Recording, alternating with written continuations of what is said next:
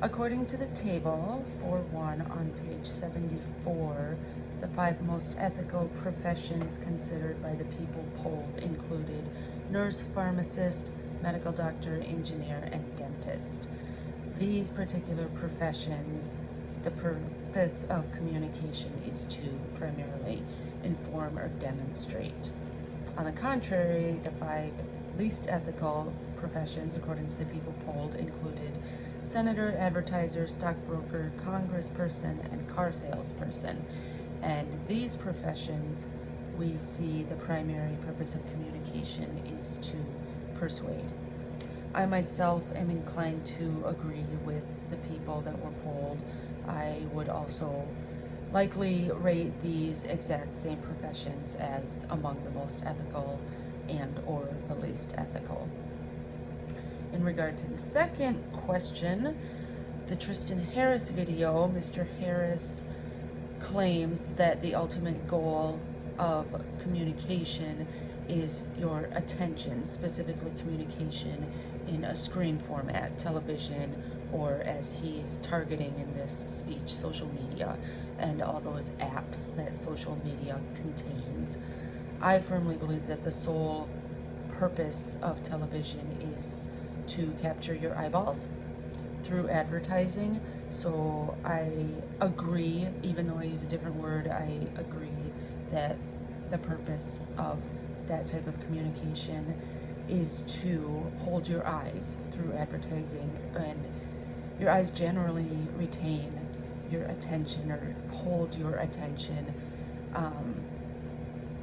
But this requires persuasion that is subversive enough in the social media context to convince a person to choose to remain devoted to or give their attention to that screen, that social media, that app, whatever. So persuasion is the primary purpose of communication.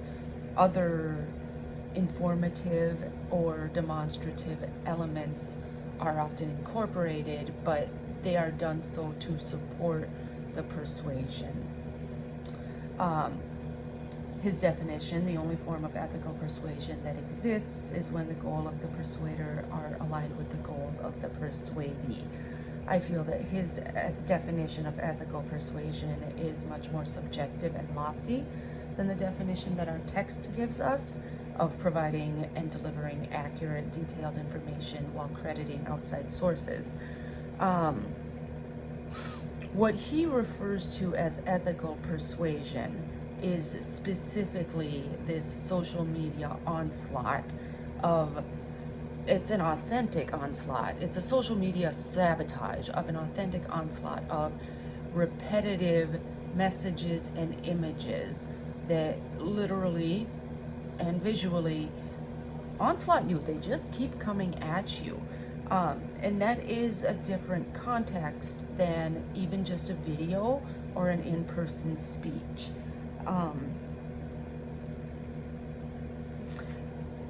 The intent of the onslaught is literally and visually to hostage your attention. It's to give a suspense to your attention, to hold it. And the unfortunate origin of the screen of television in this country gives social media that foundation. That's the only model we have. Mr. Harris offers wonderful suggestions and guidance for a different model and for different uses, but that framework doesn't exist, I would say, media culturally, because in the culture of social media, which encompasses the entire globe, it's not just one culture dominating social media. The culture of social media is founded upon the culture of the screen, which is founded upon the demand for your attention, your eyeballs, for advertising. And that's kind of what we're still working with. I think that answers all my questions. Have a good night.